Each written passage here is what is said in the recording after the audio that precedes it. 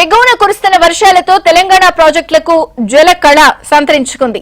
Bhadradri కొత్తగూడెంలోని Sitarama project వరద నీరు పోటెత్తింది. దీంతో నీటిని దిగువకు విడుదల చేస్తున్నారు. బీజీ కొత్తూరు వద్ద ఉన్న మొదటి లిఫ్ట్ పంప్ హౌస్ నుంచి నీటిని విడుదల చేస్తున్నారు.